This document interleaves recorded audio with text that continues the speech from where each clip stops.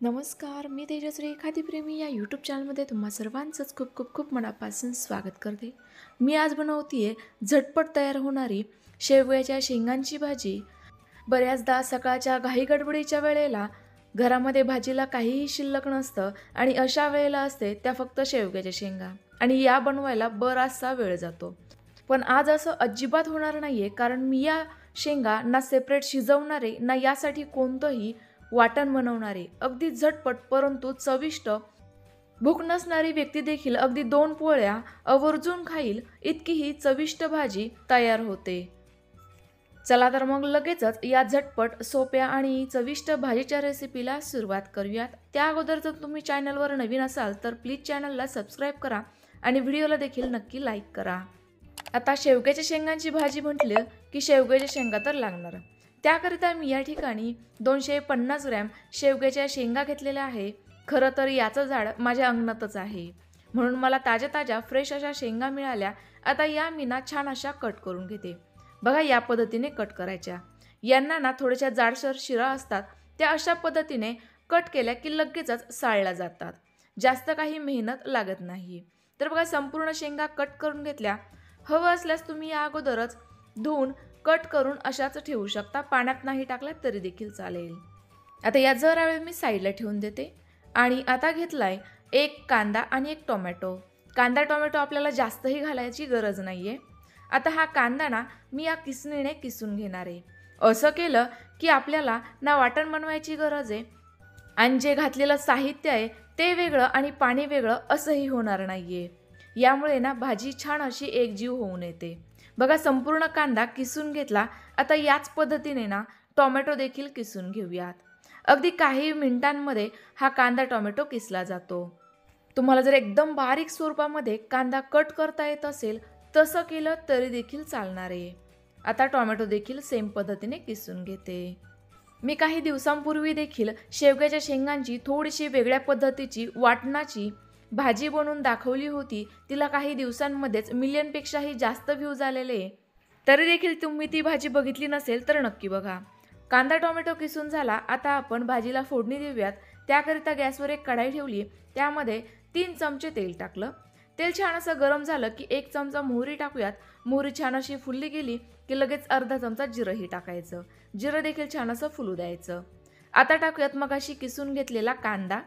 आता हा कांदा ना छान असा सॉफ्ट होईपर्यंत परतवून घ्यायचा आहे. कांदा किसून घेतलेला असल्यामुळे अगदी काही मिनिटांमध्ये छान असा पटकन हा कांदा परतला जातो. यावेळेला गॅसची फ्लेम कमी किंवा मध्यम अशी कोणतीही ठेवू शकता. तर अशा पद्धतीने कांद्याचा हलकासा रंग बदलायला लागला, थोडासा ट्रान्सपरंट दिसायला लागला की लगेचच यामध्ये टाकूयात आलं आणि लसणाची पेस्ट. ठेचून घेतलेलं आलं लसूण असलं तरी देखील चालणार आहे. सोबतच थोडीशी कढीपत्त्याची पाने आणि किसून घेतलेला टोमॅटो. आता हा टोमॅटो ना पटकन छान असा मऊसूत शिजला जावा याकरिता अर्धा चमचा मीठही टाकूयात. आणि पुन्हा एकदा संपूर्ण साहित्य मिक्स करून तेल सुटेपर्यंत छान असं परतवून घेऊयात. यामुळे कांदा टोमॅटोतील कच्चेपणा दूर होतो आणि यामुळे आपल्या भाजीला टेस्ट आणखी जास्त छान येते. तर बघा, काही वेळातच आपलं हे साहित्य देखील छान असं परतवून झालंय. यांना छान असं तेल सुटलंय. आता टाकतीये पाव चमचा हळद, 1 चमचा धना पावडर, 1 चमचा काळा मसाला किंवा कोणताही घरगुती गरम मसाला, 1 चमचा माझा नेहमीचा आणि फेवरेट सब्जी मसाला, रेडीमेड सब्जी मसाला आहे, आणि 1 चमचा लाल तिखट. हे लाल तिखट माझं 1 वर्ष जुनं आहे, तर देखील याला रंग बघा अजूनही जसून तसा आहे. याची रेसिपी जर तुम्हाला हवी असेल तर कमेंट्स करून नक्की कळवा. संपूर्ण कच्चे मसाले या मसाल्यांमध्ये व्यवस्थित मिक्स करून घेतले आणि छान असं तेल सुटेपर्यंत परतवून घेतले. आता यामध्ये टाकूयात शेवग्याच्या शेंगा. या शेंगा अशा पद्धतीने परतवून घेतल्या किंवा डायरेक्ट शिजायला टाकल्या की आपला भरपूर सारा शेंगा शिजवण्याचा वेळ वाचतो, मेहनतही वाचते आणि त्याचसोबत महत्त्वाचं म्हणजे या शेंगांची ना डायरेक्ट या भाजीच्या रश्श्यामध्ये टेस्ट उतरते. आता या आपण छान अशा या मसाल्यांमध्ये ना मिक्स करून परतवून घेऊयात. म्हणजे या मसाल्यांची छान अशी या शेंगांना कोटिंग होते. सोबतच आतपर्यंत संपूर्ण मसाला यामध्ये शोषला जातो. यामुळे या शेंगा देखील आणखी जास्त चविष्ट लागतात. आता या आपण छान अशा परतवून घेऊयात.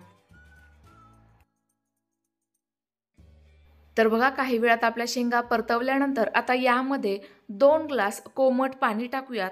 कोमटच पाण्याचा वापर करा, यामुळे भाजीला तरी अगदी मस्त येते.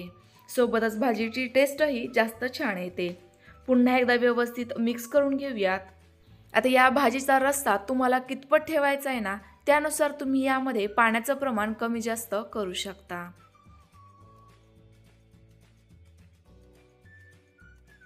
तर बघा हे व्यवस्थित असं मिक्स करून झालंय. आता यामध्ये पुन्हा एकदा थोडंसं चवीनुसार मीठ टाकूयात. मीठ आपण अगोदर देखील टोमॅटो परतवताना टाकलं होतं, त्यामुळे मीठ बेताने घाला. पुन्हा एकदा व्यवस्थित मिक्स करून घ्यायचंय आणि आता या भाजीला मध्यम गॅसवर छान अशी एक उकळी काढून घ्यायची आहे. गॅसची फ्लेम मध्यमच ठेवा, यामुळे भाजीला तरी छान येईल. तर बघा काही वेळानंतर आपल्या भाजीला छान अशी उकळी आलेली आहे. आता यामध्ये टाकूयात 3 मोठे चमचे किंवा अर्धा वाटी भाजलेल्या शेंगदाण्याचा कूट. अशा पद्धतीने माझा हा शेंगदाण्याचा कूट नेहमीचाच घरात बनवलेला असतो, त्यामुळे मला बऱ्याचदा घाई गडबडीच्या वेळेला भाजी बनवताना खूप सारी मदत होते. पुन्हा एकदा व्यवस्थित मिक्स करून घेऊयात. आता यावेळेला पुन्हा एकदा आपल्याला भाजीची कन्सिस्टन्सी चेक करून घ्यायची आहे. भाजी जास्त घट्टसर वाटत असेल तर यामध्ये तुम्ही कोमट पाणी टाकू शकता. तर आपल्या भाजीला अगदी व्यवस्थित कन्सिस्टन्सी आहे. आता आपण या शेंगा छान अशा एकदम कमी गॅसवर शिजवून घेऊयात. गॅसची फ्लेम कमीच ठेवा आणि यावर झाकण ठेवा. तर बघा आता काही वेळानंतर झाकण खोलून बघतीये. आपल्या या शेंगा अगोदर पाण्यावर तरंगत होत्या, आता या खाली बुडालेल्या दिसत आहेत. यावरूनच लक्षात येते आपल्या या शेंगा छान अशा शिजलेल्या असतील. थोडीशी बारीक चिरलेली कोथिंबीर टाकूयात आणि यामधील एखादी शेवग्याची शेंग दाबून बघूयात. जर ती व्यवस्थित अशी दबली गेली तर समजायचे आपल्या शेंगा छान अशा शिजलेल्या आहेत. तयार झाली अगदी झटपट काही मिनिटांमध्ये शेवग्याच्या शेंगांची रस्सा भाजी. ही भाजी तुम्ही भाकरीसोबत, चपातीसोबत आणि त्याचसोबत भातासोबत देखील सर्व करू शकता. अशा पद्धतीची रस्सा भाजी बनवलं की तुम्हाला वरण किंवा डाळ बनवण्याची देखील अजिबात गरज पडत नाही. आता गॅस बंद करूयात आणि गरमागरम भाजी छान अशी सर्व करूयात.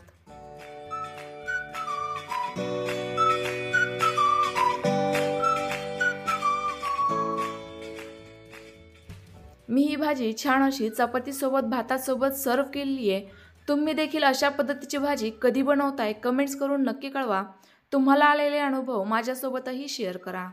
पुन्हा भेटूयात तुमच्याच आवडत्या एखाद्या छानशा नवीन रेसिपीसोबत.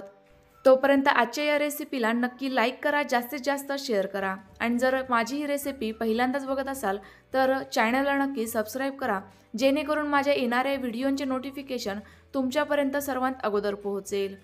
चॅनलला सबस्क्राईब करणं, व्हिडिओला लाईक करणं आणि शेअर करणं पूर्णतः फ्री आहे. Bye bye.